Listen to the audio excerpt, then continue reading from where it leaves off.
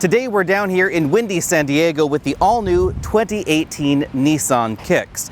Some of you overseas may have seen this before because this has been around for just a little while in the Brazilian market, and now it has come to the United States.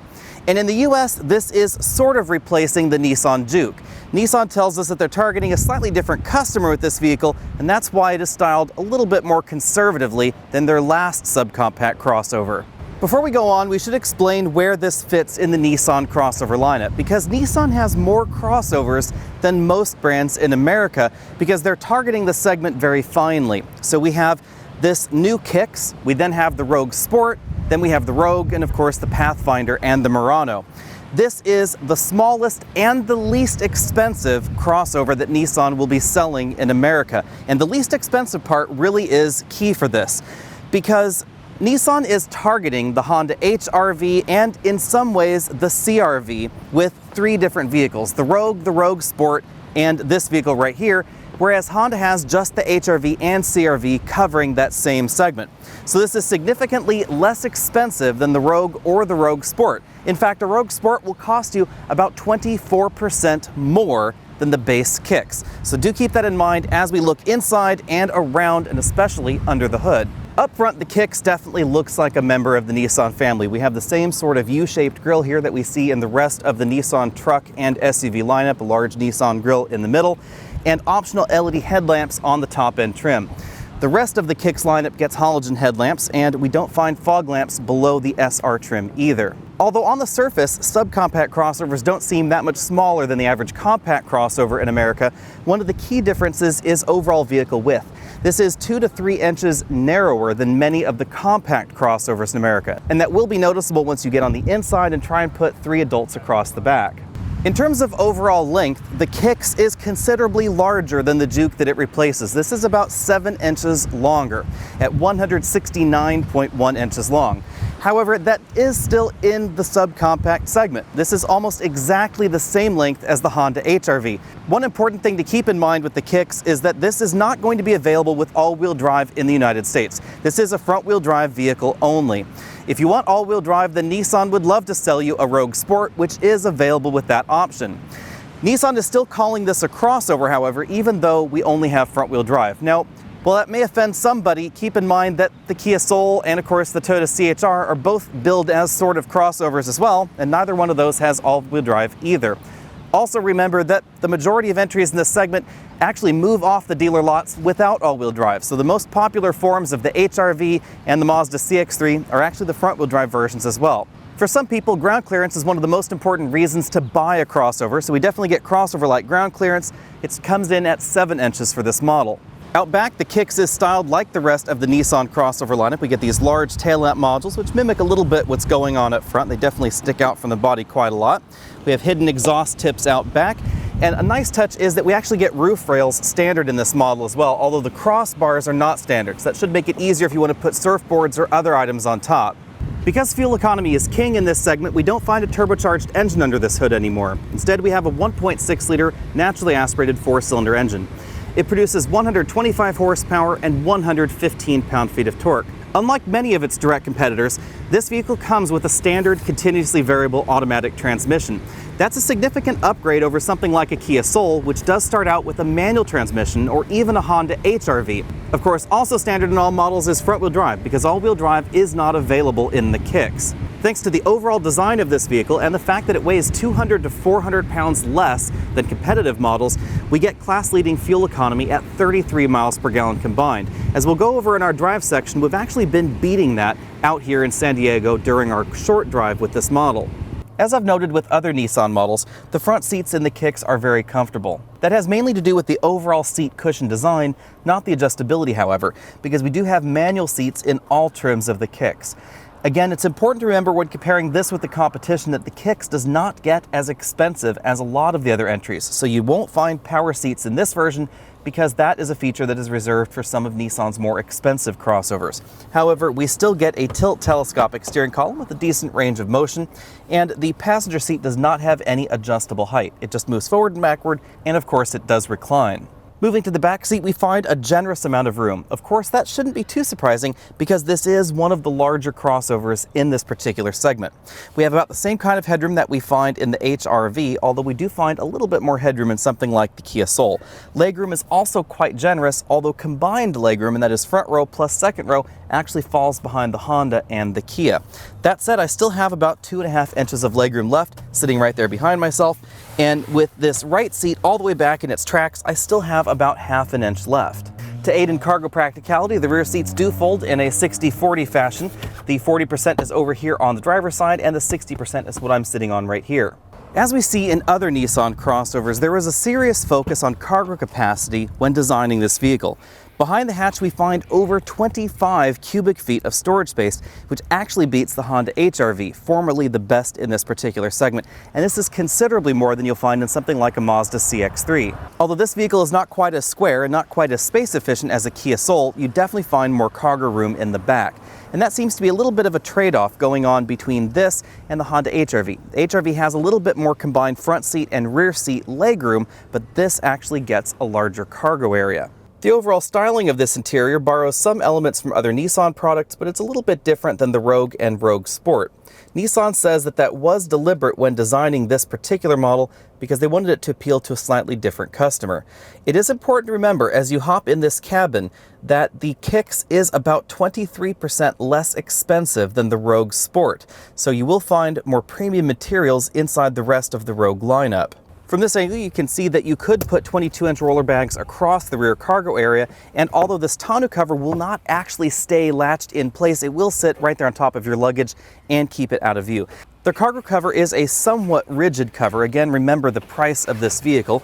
I prefer the roller variety, however, because it is a little bit more practical. But you can see that we definitely have a lot of storage space back here. We also have some cargo hooks on each side, 3 top tether anchors for child seats, and if we lift up the cargo area load floor, we actually find a compact spare tire under there, along with the jack and perhaps a little bit of extra storage space. For our interior look around, we are now inside a top-end SR trim, so do keep that in mind as we go over some of the features. Up front, the driver and the front passenger have height-adjustable shoulder belts, as well as height-adjustable headrests. Since we're driving the top-end trim, we have this imitation leather upholstery that has contrasting orange stitching. We also find a lot of stitching down there on the seat face, and these seats are also heated. That's something that you only find in the top-end trim, however. As you'd expect out of an entry-level crossover, the front doors are made from almost entirely hard-touch plastics, although we do have a soft-touch area right there for the armrest. We also find a bottle holder down there at the bottom of the door. Because we're looking inside the top-end SR trim, we do have a soft-touch insert right here on the dashboard with some stitching, but if you get the other trims of the Kicks, then this becomes a hard plastic as well. So we have a hard-touch upper section, hard-touch middle section, and hard-touch lower in most trims. Upper-end trim, again, gets that soft-touch insert. All models get this standard 7-inch LCD infotainment system, but only the mid and upper-end trims get Apple CarPlay and Android Auto integration. That is an upgrade from that base model. Below that, we find a single-zone automatic climate control system. You'll find that in the mid-level and upper-level trims as well. Single USB input and 12-volt power port down there. And you can see we have a storage area where you can put that connected smartphone. Keyless Go is another feature that you'll find in the middle trim. And then working our way back from there, we have a pretty traditional console shifter. Drive is down there, and then low is 1 notch behind that. Between the front seats, we find an armrest just for the driver. It's actually attached to the driver's seat. And then underneath that, we find 2 cup holders, handbrake right there, and then 2 charge-only ports, and an additional cup holder back there. The glove compartment on the passenger side is a bin-style compartment, and for some reason there's a Polaroid camera inside, but we were able to fit a large tablet computer in there as well.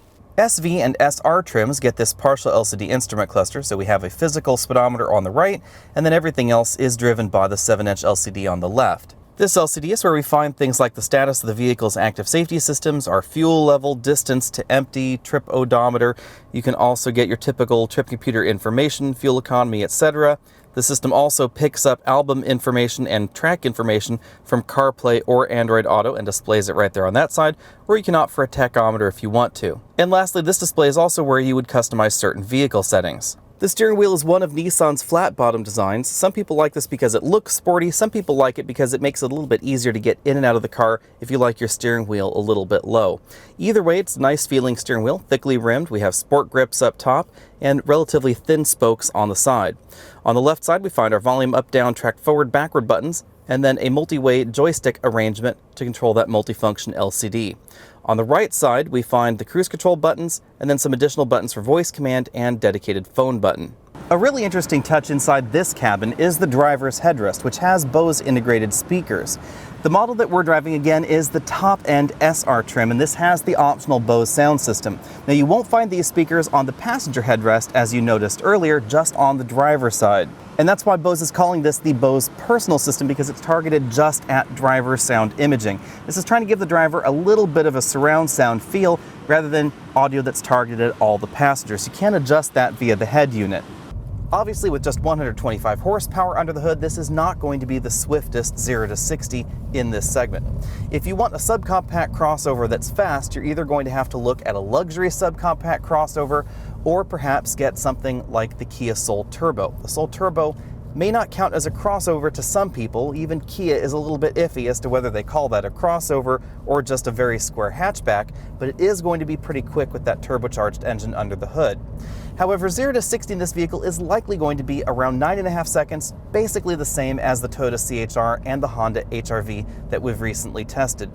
The reason for that is that even though those models make more power, they are 200 to 400 pounds heavier than the Nissan Kicks. And obviously, curb weight is the enemy of performance, braking, and handling ability.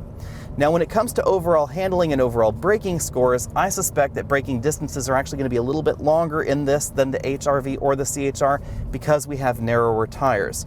Now, there is going to be some trade-off because of that decreased curb weight in this model, but you can't deny physics.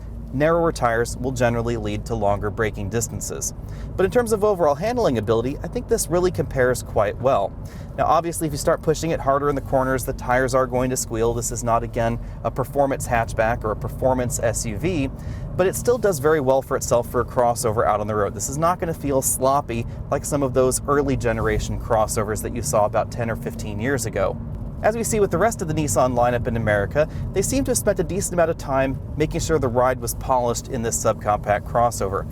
A lot of subcompact vehicles, generally speaking, have kind of a bobble-headed effect out on broken pavement, where it takes a little bit of time for the suspension to settle, and there just isn't that time when a bump or washboard pavement interacts with the front suspension and then interacts with the rear. You end up sort of teeter-tottering back and forth, and we don't see that in this vehicle.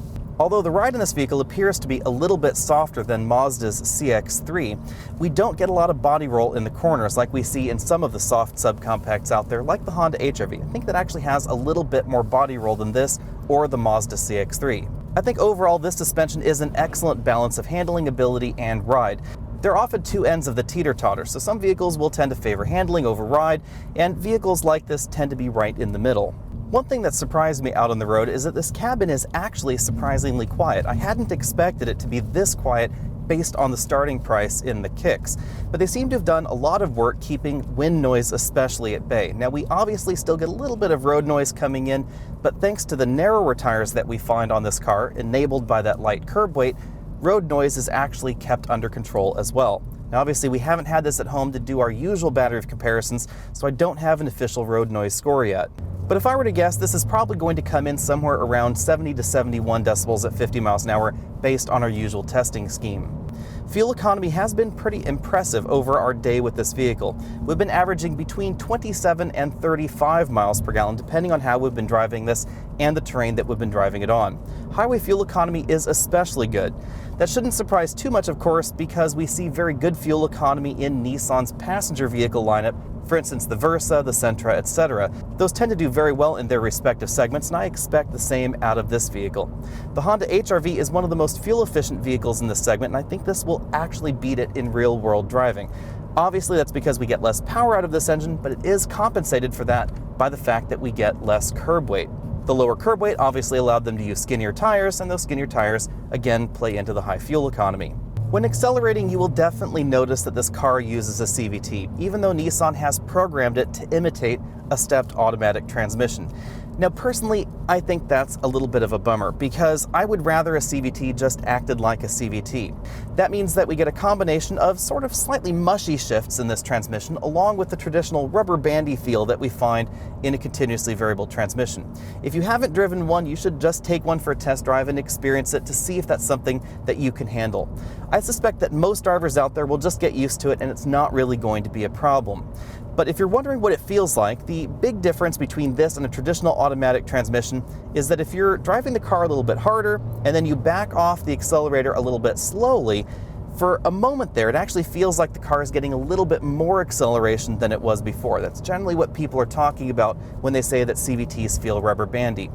The other thing that some people dislike is that this transmission, depending on how you drive it, may sit there at a particular RPM as you accelerate. It's doing that because it's simply more efficient to do so. Obviously, an engine is going to produce its peak horsepower and peak torque at particular RPMs, but some RPMs are also more efficient than others for an engine. So this will choose whatever RPM it needs based on what you're asking of it, and it will just hang out at those RPMs as long as it has a relatively low throttle input. Now, if you floor the car, then it's going to imitate that stepped automatic again.